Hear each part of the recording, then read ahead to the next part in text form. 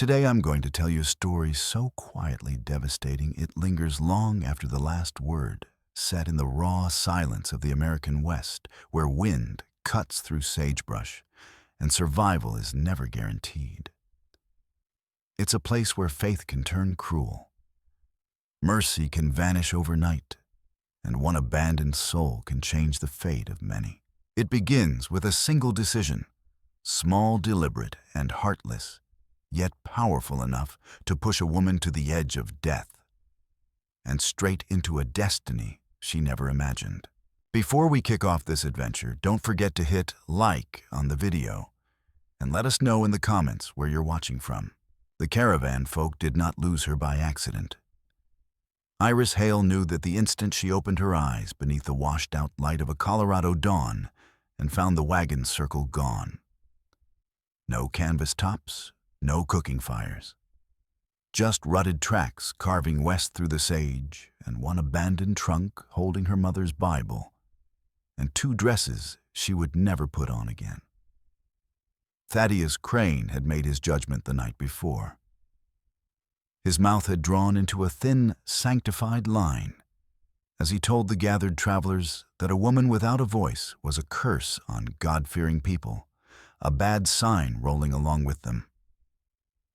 Misfortune followed silence, he said. Iris had stood there unable to answer, and that was the cruelest part of it. She had chosen silence 3 years earlier in a boarding house back in St. Louis. The night Ezekiel Rowe staggered into her room reeking of whiskey and things she still could not name, even to herself. She had screamed then until her throat burned raw and no one came. By morning, she decided that if her voice carried no power, she would bury it. Let them think her mute. Let them think her harmless. A quiet woman drew fewer eyes, fewer questions, fewer hands. For 3 years it had kept her safe. Now it had signed her death warrant. Iris sat beside the trunk in the open meadow and watched the sun climb. She did not cry. Tears belonged to people who still expected mercy. Instead, she walked. She dragged the trunk behind her until the leather strap tore free, then left everything but the Bible, tucking it into her apron pocket. The mountains loomed blue and unreachable ahead of her. Somewhere between here and there, she knew she would likely die. She walked 2 full days. By the second evening, her legs folded beside a narrow creek she had no name for. She lay back in the tall grass, counting stars as they pricked through the dark, thinking of Margot Hale and wondering if the dead watched over those about to join them. That was when she heard the horse. He stepped out of the darkness like it had shaped him. Even exhausted, Iris knew fear. The rider was Cheyenne. She saw it in the buckskin cut and the eagle feathers woven into hair black enough to swallow moonlight. He looked around, 30 lean and weathered, with eyes that caught starlight and held it. From his painted horse, he studied her without a word. Iris waited. Instead of violence, he dismounted. He knelt at the creek, filled a water skin, and brought it to her. He supported her head hands, steady and careful, and pressed the opening to her cracked lips. The water was cold and sweet, like life itself. When she finished, he spoke his English roughened by an accent, but clear. "You're alone." She nodded. "You can't speak." After a breath's hesitation, she nodded again. Something passed through his gaze. Question, perhaps, understanding.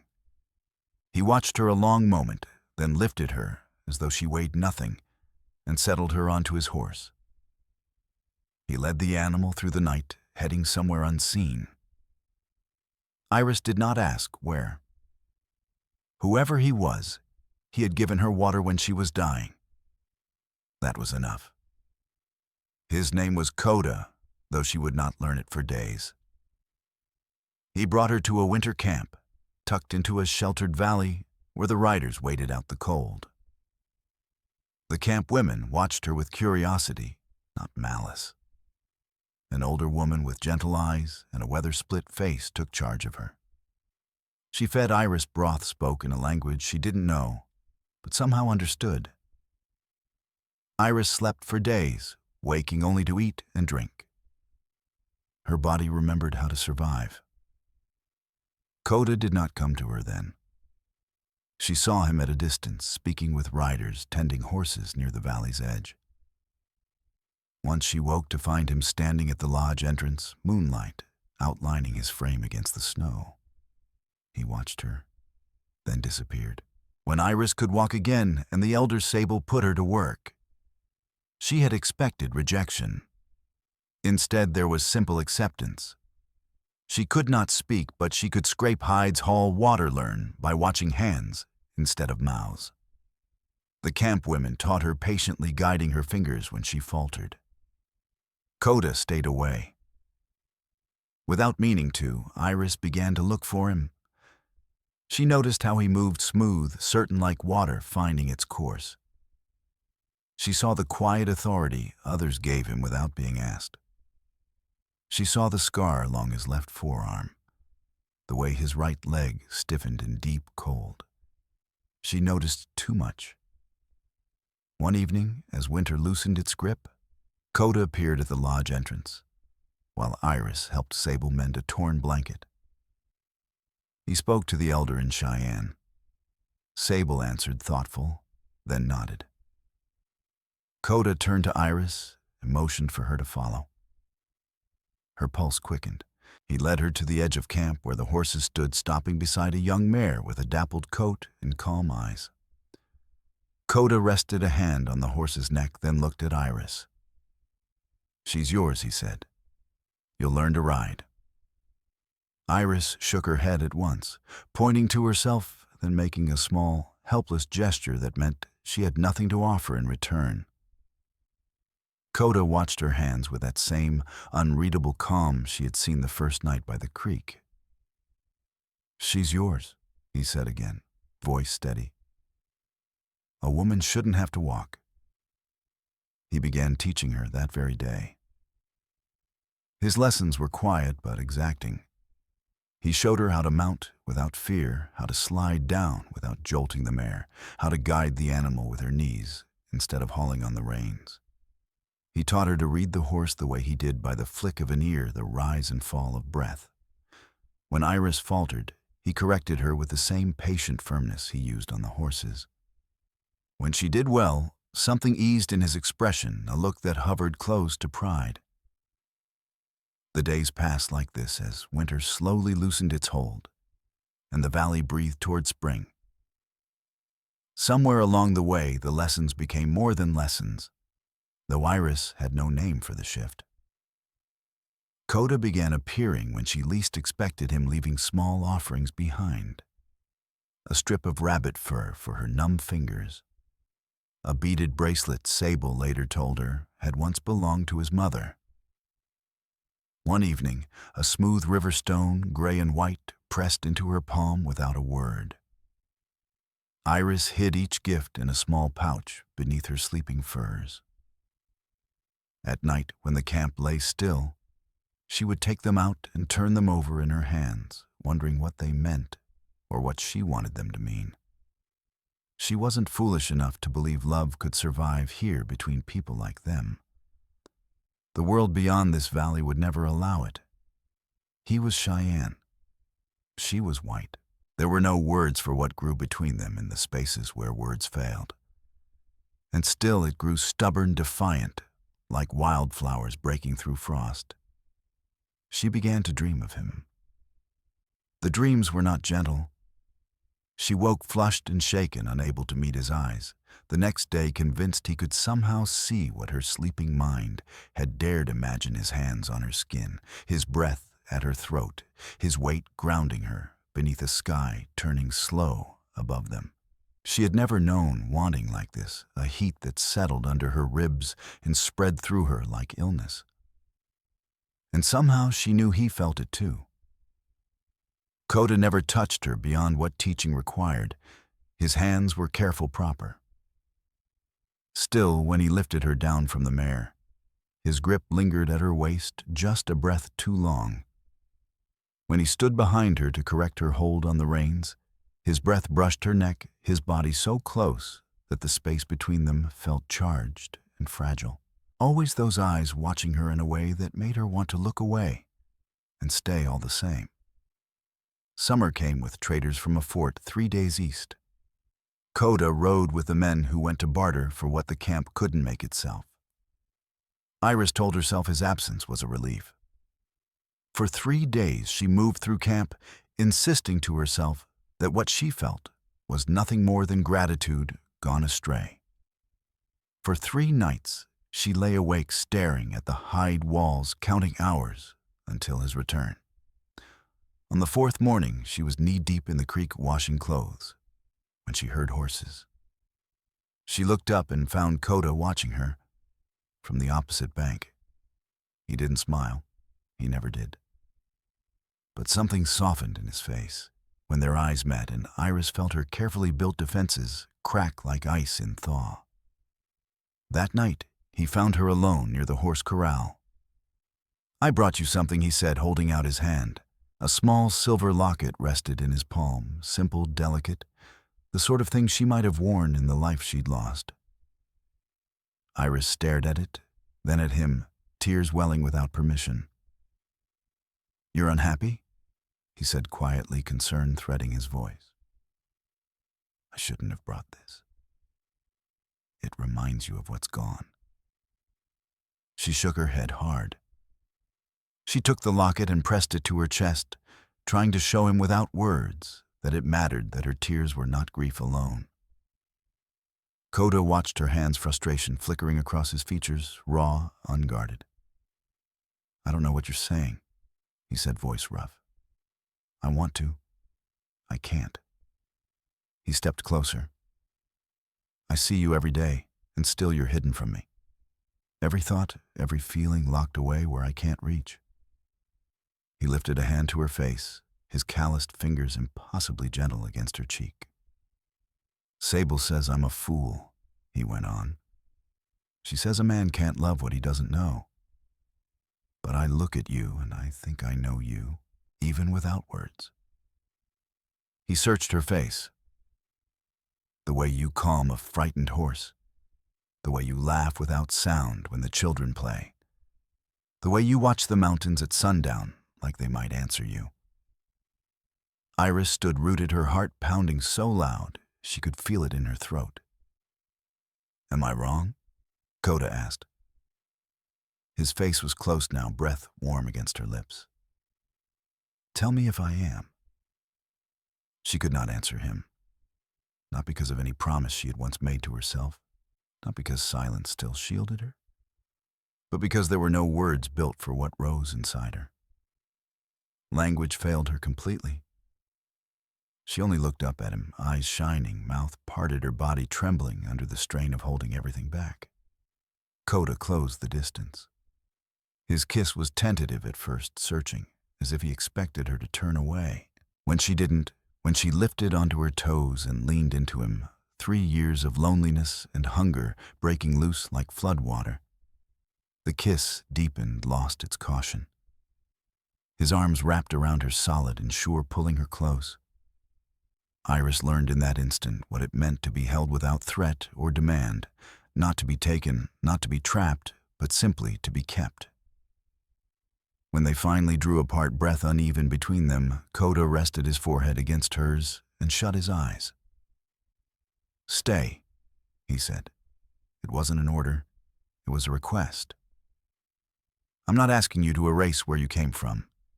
I know you'll always carry it. Just stay and let me carry it with you. Let me be the one beside you when the sun sets behind the mountains. Let me be the one who hears your laughter, even when it makes no sound." Iris lifted her hands to his face and drew him back down, pouring every unspoken yes she had into the kiss. They began raising a lodge together the very next day. The camp received the news without ceremony. Sable clicked her tongue and muttered something sharp enough to make Coda flush darker than Iris had ever seen, though approval shone in the elder's eyes. The camp women helped Iris stretch hides and showed her how to lay the furs just right. The riders teased Coda in their own tongue. Iris couldn't understand the words, but his weary look said enough. They married according to his people's ways, prayers, gifts, ritual Iris didn't fully grasp, but felt settled deep in her bones. That night alone, for the first time inside the lodge they had built together, Coda took her hands and finally gave her what she'd been aching to hear. "I'll be patient," he said, tracing slow circles into her palm. "You don't need to fear me. We'll move only as fast as you choose. I want your trust before anything else." The emotion that swept through her nearly buckled her knees. This man, this warrior, asked nothing of her but choice, time, space. She chose him without hesitation. What followed that night and the nights after was nothing like the love Iris had once feared. There was no taking, only giving. A steady exchange of tenderness and discovery. Coda learned her body the way he knew the land, with care and focus, finding places that stole breath from her. Iris learned in turn that her own hands carried power, that she could make this strong, unflinching man shudder with a touch, undo his restraint, with her mouth against the scar on his arm, the hollow of his throat, the curve of bone and muscle at his hip. Still, she did not speak. Silence had lived with her so long it felt stitched into her. Coda never pushed. He learned the language of her glances and movements, and she learned that understanding could exist without sound. They built a life season by season, taking joy where they found it. Yet Iris saw the shadow cross his face when others spoke, and she could not answer. She heard the longing when he told her stories of his boyhood, and asked about her questions she could meet only with nods, shakes, and clumsy gestures. She knew then that silence no longer protected her. It stood between her and him. When Coda was away hunting, she tried to speak alone in the lodge. She forced air past her throat, shaping sounds that came out broken and thin, more painful than useful. 3 years of quiet had raised walls inside her, and will alone could not tear them down. Autumn arrived with danger close behind. Fort troopers rode in and found the winter camp. They came armed and certain, issuing demands that the riders move east to a reservation. Iris stood beside Sable among the camp women and children, watching Coda and the riders face the soldiers with bows and worn rifles. Her heart lodged in her throat. Then one of the troopers saw her. He rode closer, eyes narrowing at her pale face among darker ones, not recognizing her, but what she symbolized. "A white woman living here. Leverage. You," he called, pointing. "Step forward." Iris didn't move. The trooper dismounted and advanced. Coda stepped into his path with calm grace that barely masked the danger beneath it. The soldier's hand drifted toward his sidearm. "We're not here for trouble," the man said sharply. "We're just reclaiming what's ours. She belongs to no one." Coda replied, his voice low and steady. "She's my wife," Coda said. The trooper spat into the dirt. "Your wife." He barked a laugh and looked past Coda to Iris, frozen where she stood. "That's a good one. Listen, miss, I don't know how you wound up here, but we're taking you back. Come along easy," he added, voice sharp, "and nobody gets hurt." Iris saw the fort troopers tightening their grips. She saw the riders behind Coda go still coiled and ready to die where they stood. In that breath, she saw the fork in the road, two futures pulling apart, and knew the choice she made next would decide who walked away alive. She stepped forward. Coda turned, anguish cutting across his face. He thought she was leaving, thought she was choosing the world that had cast her out over the one he had offered, thought the silence between them had swallowed everything whole. Iris passed him, her fingers brushing his hand as she went. She stopped 3 feet from the trooper and lifted her chin. "My name," she said. The words tore free, rough and unpracticed, scraped raw by 3 years of disuse. "My name is Iris Hale, and I'm not going anywhere." The trooper stared. Behind her, Coda sucked in a sharp breath. I was abandoned by my own people. Iris continued, her voice gaining strength, rust shaking loose with every word. "Left to die because my silence made me worthless. This man saved my life." She gestured to the camp.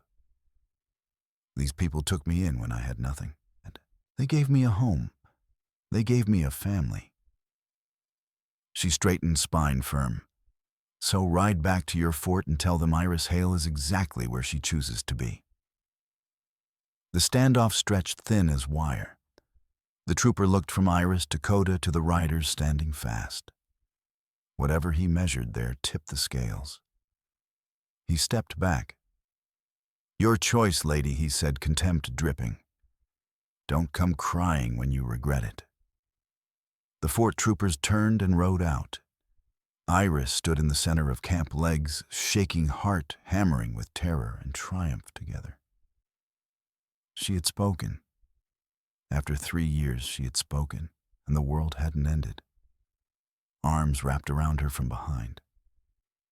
Coda turned her in his embrace, wonder softening his face. "Say something else," he said thickly. "Anything. I want to hear your voice again." Iris laughed. The sound surprised her, bright and free like birdsong after a hard winter. "I love you." She said the words rushing now, a dam finally breaking. "I love you, Coda. I have since you gave me water by that creek. Through every silent day and wordless night, I'm done being quiet." He kissed her, then deep, fierce, and she answered with everything she'd held back for 3 long years. Around them, the camp broke into tears and cheers she barely heard. There was only Coda, his arms, his mouth, his heart beating against hers. That night in their lodge, firelight flickering low, Coda traced her cheek with his finger. "Say my name," he murmured. "I've waited since the beginning." Iris smiled and pressed her lips to his throat, feeling his pulse leap. "Coda." A low sound rumbled from his chest. Again. "Coda." She kissed his jaw. "Coda."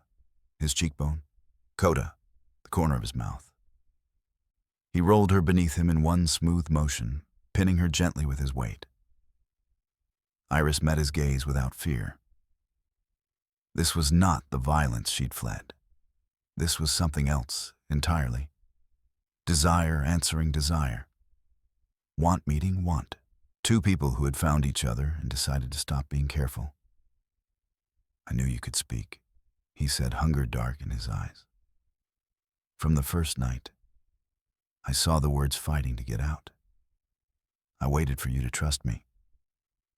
She pulled him down. "No more waiting," she breathed. "No more silence. I'm yours, and I want you to hear it. Every day for the rest of their lives." He showed her then with hands and mouth and body what her words meant. And Iris answered, discovering a language beyond speech, written in breath and touch, in the old rhythm of 2 becoming 1. She cried out his name into the dark, and it tasted like release, like a door finally thrown open. At dawn, they climbed the ridge above the valley together. The sun lifted in bands of pink and gold, washing the mountains in colors Iris knew had no names. Coda stood behind her arms, wrapped around her waist, his chin resting at her shoulder. "What are you thinking?" he asked. Iris smiled. Such a simple question and everything in it. He was asking because now she could answer. Because the thoughts that had lived alone inside her for years finally had a way out. "I'm thinking," she said, slowly savoring each word, "that I've never been this happy. I'm thinking I was wrong to stay silent for so long. I'm thinking my mother, wherever she is, would be glad to know I found my voice." Coda kissed the curve of her neck. "And what will you do with it?" She turned in his arms to face him, the man who had saved her life, who had loved her before she could speak, and loved her still, now that she could, who had seen her when she tried so hard to disappear and wanted her anyway. Everything Iris said. I'm going to do everything. And she did. In the years that followed, the people came to know her as She Who Speaks True a name. Sable gave her after Iris stood before a government hearing and spoke clear and strong for the band's right to remain on their land. She learned the Cheyenne tongue and taught English to the children who asked. With Coda, she raised 3 sons and 2 daughters, the children of the Ridge. And every night she told them stories of 2 worlds, and the bridge love could build between them. Sometimes on quiet evenings, when the fire burned low and the children slept, Coda would draw her close and whisper the same words he'd spoken the night. Everything changed, say my name. Iris would smile, lean into him, and give him what he asked, what they both needed, the simple, profound miracle of a voice finding its home in another heart. Coda, she would say. My love. My life. Coda, and in the saying of it, they were both found. Finally, let me send my deep thanks to you. We appreciate you more than you think. If this tale stirred something deep inside, we invite you to remain part of this frontier of memories. More true stories of honor, compassion, and destiny are waiting for you here. Subscribe, share, comment, and thank you for writing with us today. Aviso legal barra disclaimer. Our content is designed for artistic and entertainment purposes and may reinterpret historical themes using fictional touches. We apply AI tools thoughtfully, only to support production while keeping human supervision over editing, emotional tone, and narrative coherence. We always comply with regulatory guidelines for AI-based media and avoid deepfake practices or identity manipulation. All supporting components remain legally sourced. Please ask for authorization before sharing or adapting any segment. Your respect makes it possible for us to continue telling meaningful stories.